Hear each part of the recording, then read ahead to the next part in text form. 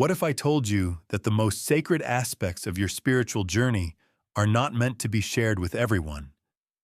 You see, we live in a world obsessed with transparency, with revealing every detail of our lives. But here's the thing. Spiritual wisdom has always been protected, not out of elitism, but out of profound respect for the sacred. Think about it. When you share your deepest revelations with someone who cannot truly receive them, you don't merely waste your words, no. You diminish the very experience itself. The ancient temples had inner chambers for a reason. Let me tell you something. There are certain types of people with whom sharing your spiritual experiences is not just unwise, it's a form of self-betrayal. This culture of constant sharing has created a strange illusion. We believe that to make our spiritual experiences real, we must speak them aloud, post them online, validate them through the eyes of others. But spiritual wisdom is not like other forms of knowledge. It's not information to be traded. It's transformation to be embodied. Have you ever noticed how quickly a profound insight can evaporate when shared with someone who responds with blank stares or dismissive comments?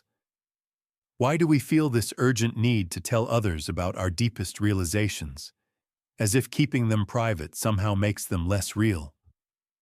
What are we truly seeking when we rush to share a spiritual breakthrough before we've fully integrated it ourselves? You see, in the natural world, the most significant transformations happen in darkness and silence. A seed does not sprout in the harsh light of day or surrounded by noise. It requires the protective darkness of soil, the quiet space where roots can form before the young plant emerges into the light. Your spiritual insights need this same sacred protection, especially in their early, tender stages of growth. They need time underground, in the rich darkness of your own contemplation, before they're strong enough to withstand exposure. I once knew a man who experienced a profound awakening during a meditation retreat. For 3 days afterward, he held this experience close, allowing it to deepen and integrate. The revelation was reshaping his entire understanding of himself and reality. But then he made a critical mistake. At a dinner party, seeking validation, he tried to articulate this ineffable experience to a table of casual acquaintances. As he spoke, he could feel the experience diminishing, becoming smaller, flatter, less profound. By the time he finished speaking and saw the blank or uncomfortable expressions around the table, something precious had been lost. What had been a living truth became merely an interesting story. We do this constantly. We take our most sacred inner experiences and display them like trinkets, hoping others will confirm their value. We post about our meditation insights alongside pictures of our lunch. We reduce profound glimpses into the nature of consciousness to catchy captions and wait for likes. It's almost comical, this spiritual social media performance we engage in, treating awakening like a product to be marketed rather than a mystery to be lived. But here's the thing. True spiritual wisdom has always been passed on with discernment. Not because it's meant to be hoarded or kept secret out of some spiritual elitism, but because its very nature requires the right container, the right relationship, the right timing.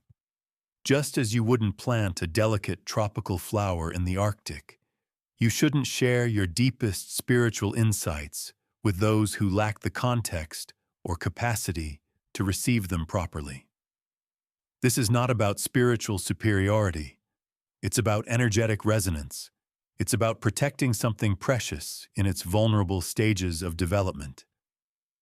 The most powerful transformations in your life need protective space to fully manifest. They need to be held in a field of respect and understanding. When you prematurely expose your spiritual experiences to those who cannot truly receive them, something subtle yet significant happens. The experience begins to conform to the limitations of language. It starts to shrink to fit the expectations and understanding of your listener. What was boundless becomes bounded. What was ineffable becomes reduced to words that cannot possibly contain it. There are 4 types of people with whom sharing your spiritual journey is not merely unwise. It's actively harmful to your growth. 4 types who, through no fault of their own perhaps, cannot provide the soil in which your spiritual insights can properly take root and flourish. 4 types who may even, unknowingly, cause your spiritual seedlings to wither before they have a chance to grow into their full potential. Now let me tell you about the first type of person you should protect your spiritual insights from. Now let me tell you about the first type of person you should protect your spiritual insights from. I call them the collectors. These are people who accumulate spiritual concepts, teachings, and experiences like items in a museum. They gather wisdom not to embody it, but to possess it. You can recognize them by how they speak about spiritual matters. They name drop teachers and traditions. They use specialized vocabulary. They can recite concepts perfectly, yet somehow miss their essence entirely. The collector appears interested in your spiritual journey, but notice how they listen. Not to understand, not to connect with you, but to add your experience to their collection. They will ask questions that demonstrate their knowledge rather than curiosity. They will relate your story to something they've read or heard. They will collect. They will collect. They will collect. Have you met someone who can speak eloquently about surrender while maintaining rigid control in their lives? Who can discuss ego death while fiercely protecting their spiritual identity? Who knows all the right words but somehow misses the music they were meant to create? When you share your genuine spiritual insights with a collector, something peculiar happens. Your living experience becomes fossilized. It transforms from a breathing, growing thing into a specimen pinned under glass. The collector doesn't receive your sharing as nourishment for their own journey, but as an artifact to be cataloged and displayed alongside their other spiritual acquisitions. Here lies the paradox.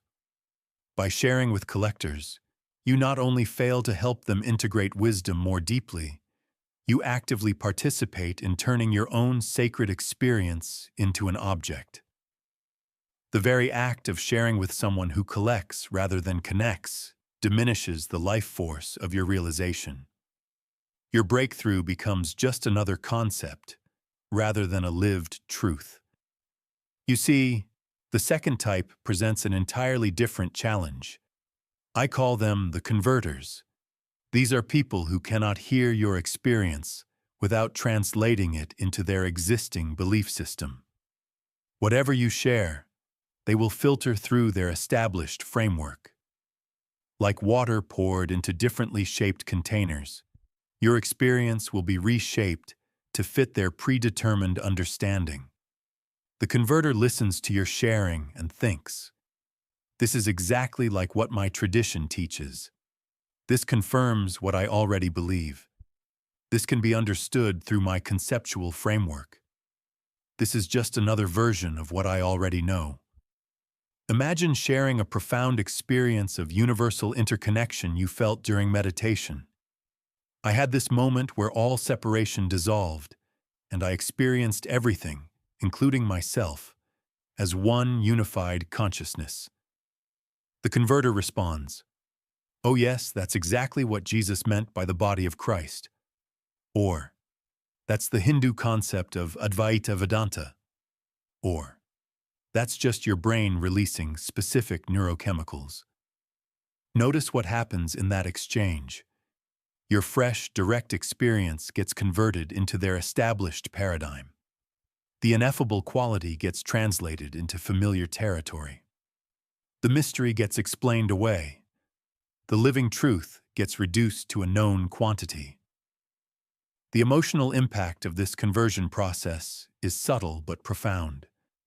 Disappointment, deflation, a sense of being unseen, a feeling that something precious has been mishandled, the intimate truth of your experience, lost in translation. This pattern repeats itself with every sharing. Your mystical experience becomes their theological concept. Your spiritual insight becomes their psychological theory. Your revelation becomes their intellectual understanding. The very flavor and texture of your experience evaporates in this conversion process. Why does this matter so deeply? Because spiritual journeys unfold in the realm of the unknown, the mysterious, the not yet categorized.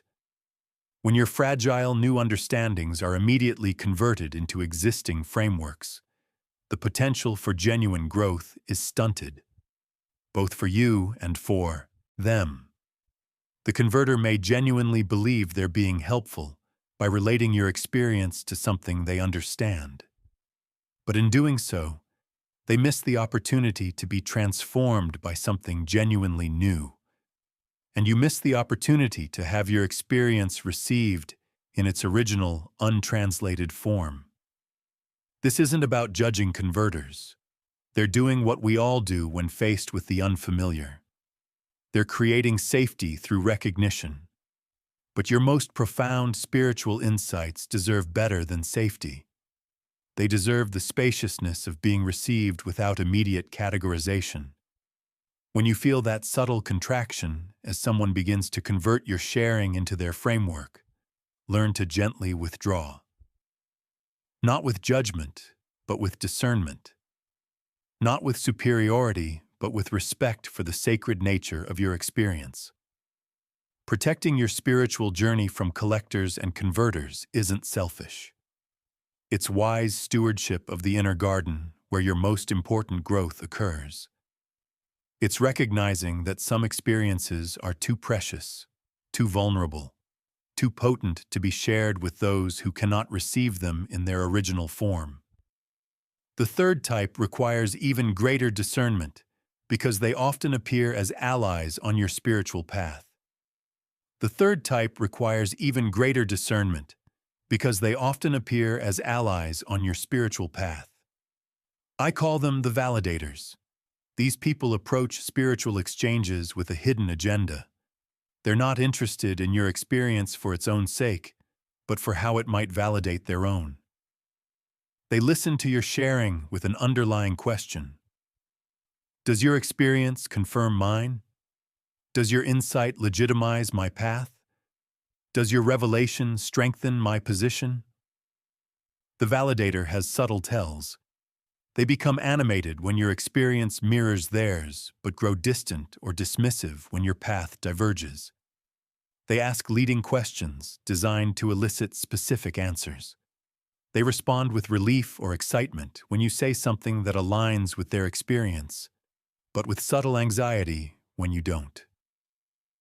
A man I once knew had developed a powerful meditation practice over many years.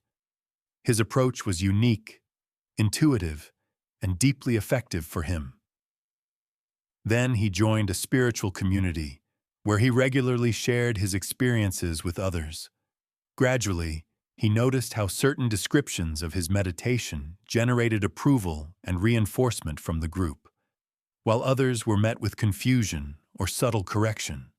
Without realizing it, he began to emphasize certain aspects of his experience and downplay others. His authentic practice slowly warped to fit the group's expectations. After 2 years, he realized his meditation had become performative rather than transformative. He was meditating to create experiences that would be validated by others rather than following his unique spiritual unfolding. What if I told you that seeking validation for your spiritual experiences is actually a form of doubt? That when we rush to have our insights confirmed by others, we're actually expressing a lack of trust in our own direct knowing. This is the great paradox of spiritual validation.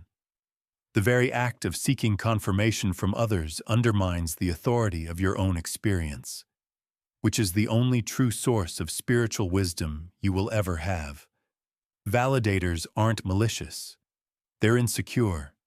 They need your experience to match theirs because they lack confidence in their own path. But by engaging in this dynamic, both of you move further from authentic spirituality toward a socially constructed version that may look right, but lacks the living truth of direct experience. The fourth type presents a different danger entirely. I call them the diminishers. These are people who simply cannot hold space for experiences beyond their current understanding. When confronted with something that exceeds the boundaries of their worldview, they instinctively reduce it to something they can comprehend. Like water flowing downhill, gradually reshaping the landscape through erosion, diminishers slowly wear down the contours of your experience until it fits into the limited valley of their understanding. It's not conscious or intentional. It's simply that we cannot receive what we have no context for. The diminisher hears your account of profound interconnection with all life and thinks, "That sounds like a nice feeling. Must be some kind of emotional high. Probably just endorphins." They hear your description of encountering a deeper dimension of reality and think, "Interesting imagination. Poetic way of seeing things. Maybe some kind of minor hallucination."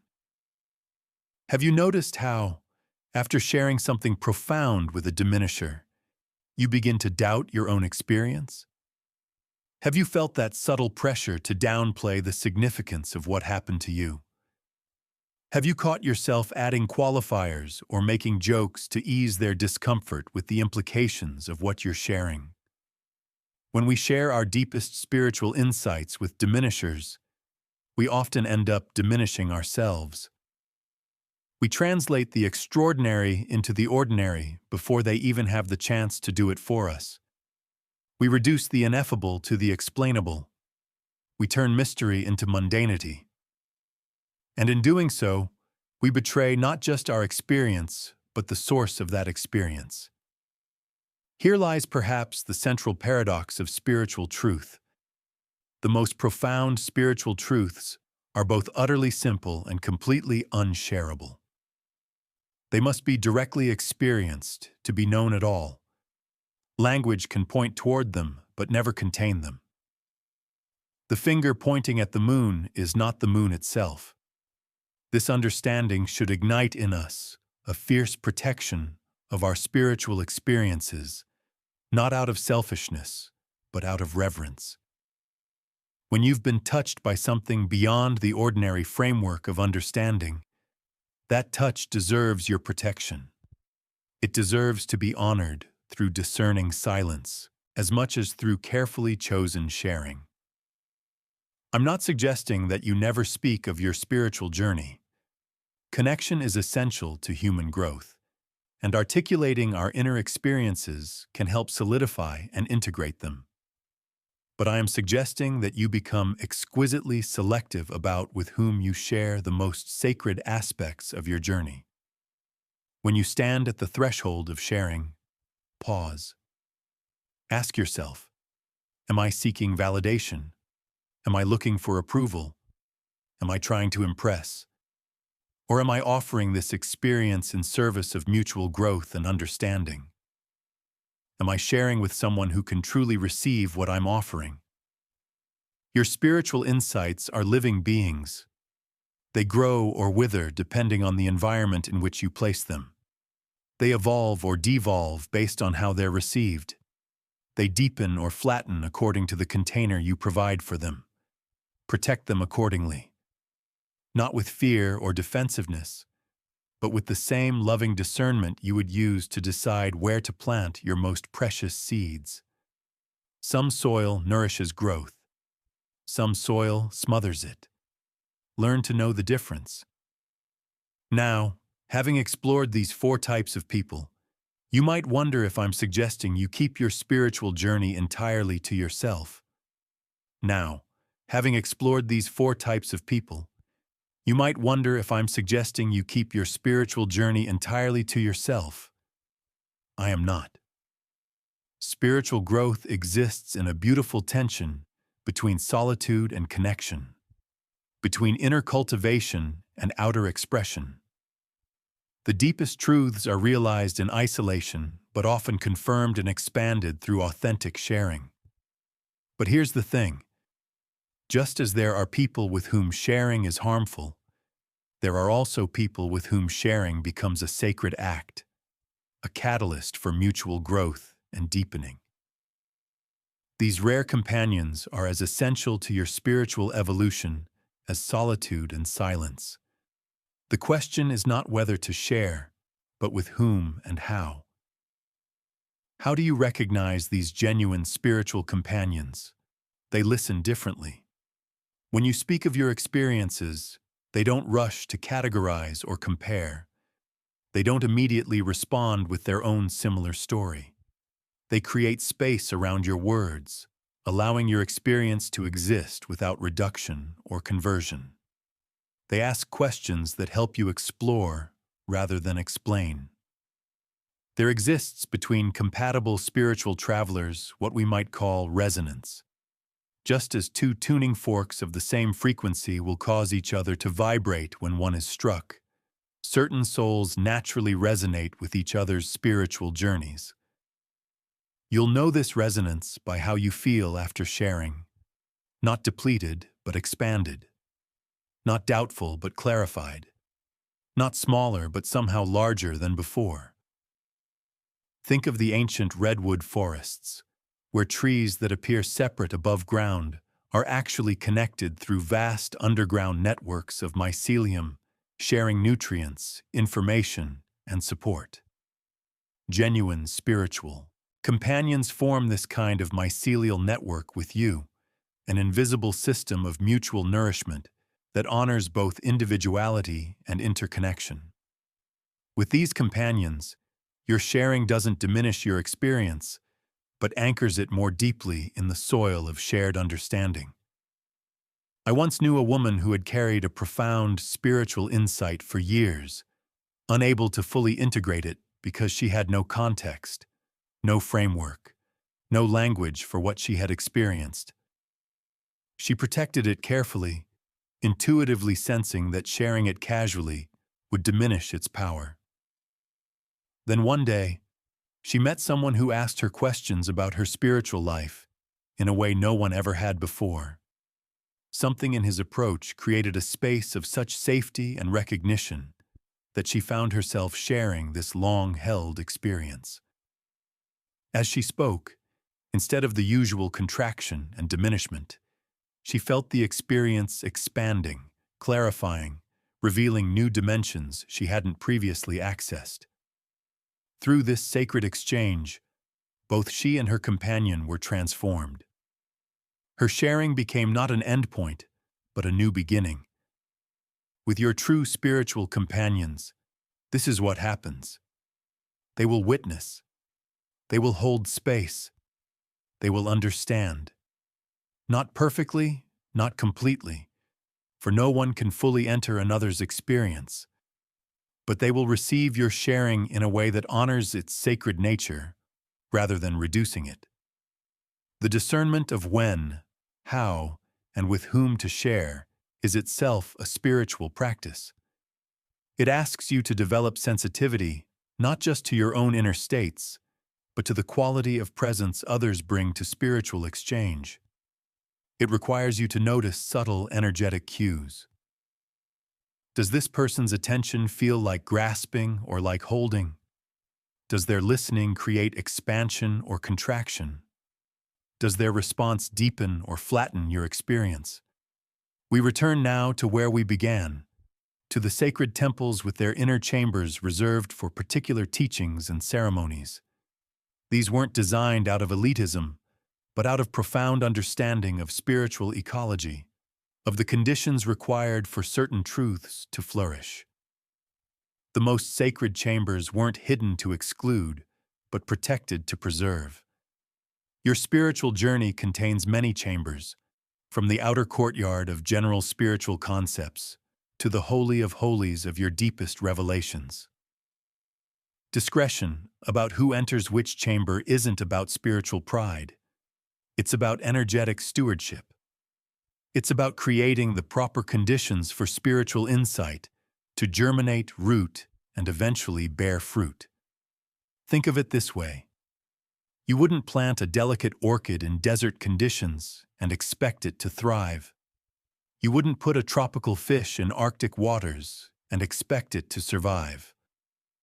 Similarly, you shouldn't place your most precious spiritual insights in environments hostile to their nature and expect them to maintain their vitality. This understanding resolves the apparent contradiction between protection and sharing. Both are necessary. Both are sacred. The wisdom lies in discerning which is needed when and with whom. Sometimes the most generous thing you can do with a spiritual insight is to hold it close, allowing it to develop the strong roots it needs before exposing it to the elements. Remember, your spiritual journey is not a performance. It's not a social media feed.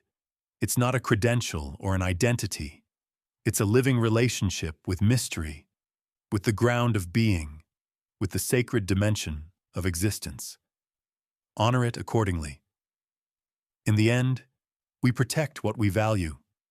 We create boundaries around what we treasure. We exercise discernment about what we share and with whom. Not out of fear, but out of reverence. Not out of scarcity, but out of respect for abundance. Not out of spiritual materialism, but out of understanding that the most precious gifts require proper vessels. What if I told you that the most sacred aspects of your spiritual journey are meant to be shared, but only with those who can truly receive them? You see, in a world that has forgotten the value of sacred boundaries, establishing them is not an act of separation, but of profound connection. The ancient temples had inner chambers for a reason, and so must you.